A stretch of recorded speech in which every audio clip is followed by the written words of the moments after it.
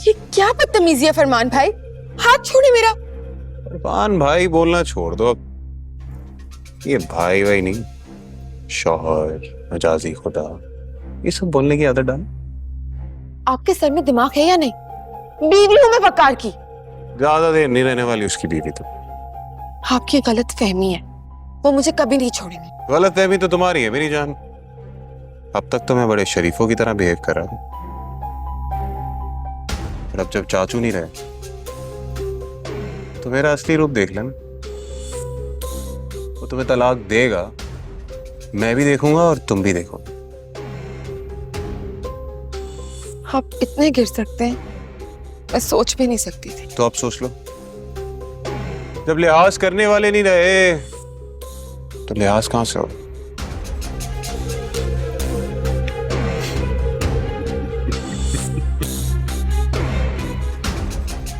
अरे क्या क्लोज का।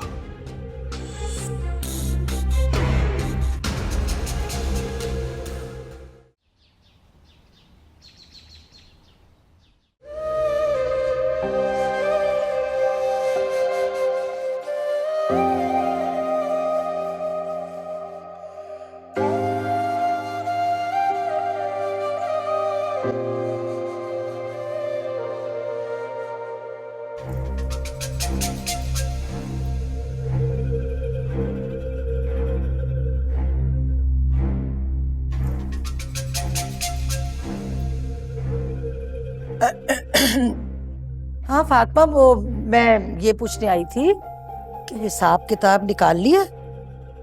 अब जिसका जिक्र इकबाल ने किया था, मुझे उन्होंने ही भेजा है कि पूछ के आओ कि फिर क्या करना है। भाभी मैंने तो उसी वक्त इकबाल भाई को बता दिया था, फिर उन्होंने आपको क्यों भेजा है? अरे क्या बता दिया था? अब वो तो कह रहे हैं कि उन्हें कुछ मालूम ही नहीं।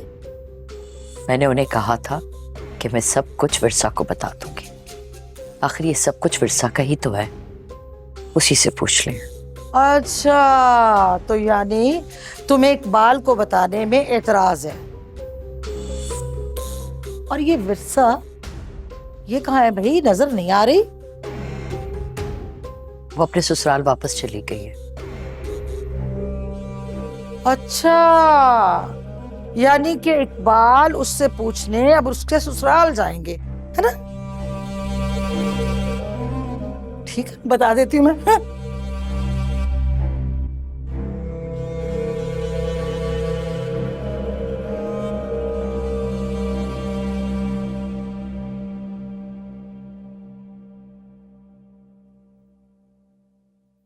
मुझे समझ नहीं आ रहा भाभी, आप वहां से यूं अचानक क्यों चली आई?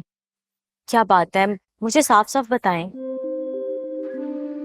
कब तक अपनी अम्मी के घर में रह सकती थी मैं? एक ना एक दिन तो मुझे वापस आना ही था। वकार का सब्र टूट जाता, फिर वो ऐसिन को मुझसे छीन के ले जाता, तब हम क्या करते? यही सोच के मैं वापस आ गई। तो फिर भाभी, ये तो आपका अपना घर है, आप यहाँ पे भी परेशान हैं। ये बात ठीक है कि ये मेरा घर है, लेकिन वहाँ मेरे बाद मेरी अम्मी बिल्कुल अकेली हो गई हैं, और मेरी अम्मी को अकेले रहने की आदत नहीं। फिर फरमान भाई पता नहीं मेरे पीछे से क्या कर रहे होंगे उनके साथ। वो एक जानवर है, कुछ भी कर सकता है। तो भाभी आप ऐसा क्यों नहीं करती, आप अपनी अम्मी को यहाँ ले आए हमारे घर, हम तीनों मिलके साथ रहते हैं। सोचा था मैंने इस बारे में, लेकिन अम्मी कभी नहीं मानेंगी। अब वो घर नहीं छोड़ेंगी। तो फिर आपने सोचा है कि क्या करेंगी आप? यही तो समझ में नहीं आ रहा, कहाँ जाऊं, किससे मदद मांगूं? क्या हो गया भाभी, आप तो बहुत हिम्मत वाली हैं, आपको कब से किसी की मदद की जरूरत पड़ने लगी? तुम फरमान भाई को नहीं जानती हो ना, उन्हें सिर्फ अब्बू का लिहाज था, और अब तो इस लिहाज की चादर भी हमारे सरों से उतर चुकी है। अब वो कुछ भी कर सकते हैं, हमारा घर, हमारी जायदाद अपने नाम कराने के लिए कुछ भी।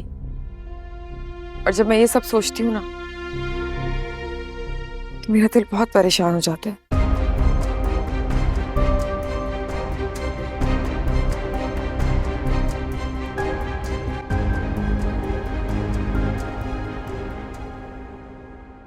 विरसा और एमन वापस आ गए हैं बच्चे के साथ। कब? कहाँ? आपके रूम में है क्या? नहीं, जो तुमने घर लेके दिया है वो वहां पर है।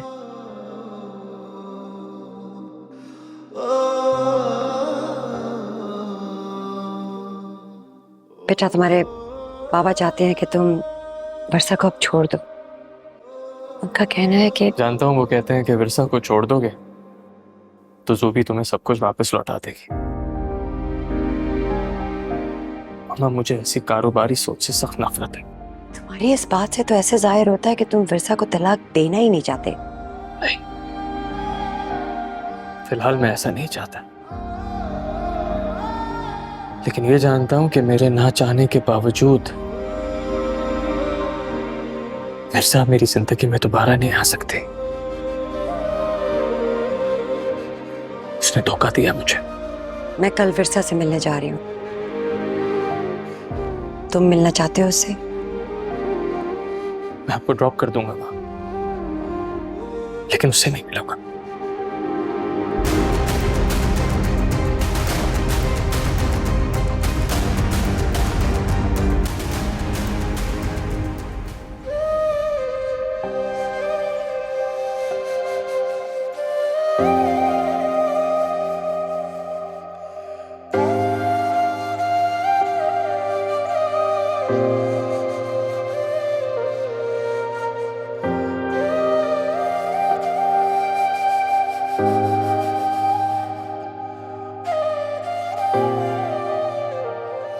मेरी बेटी क्या कर रही है यहाँ पे अकेले? हाँ, अम्मी वो मेरा ना बहुत दिल करता है कि मैं क्रिकेट खेलूं।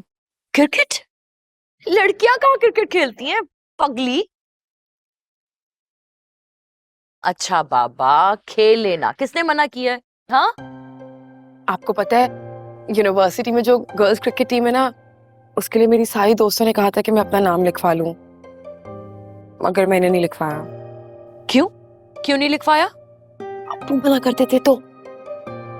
मेरी जान, तुम अच्छे से जानती हो तुम्हारे अब्बू कभी तुम्हें किसी चीज के लिए नहीं मना कर सकते। तुम एक दफा बात तो करके देखो।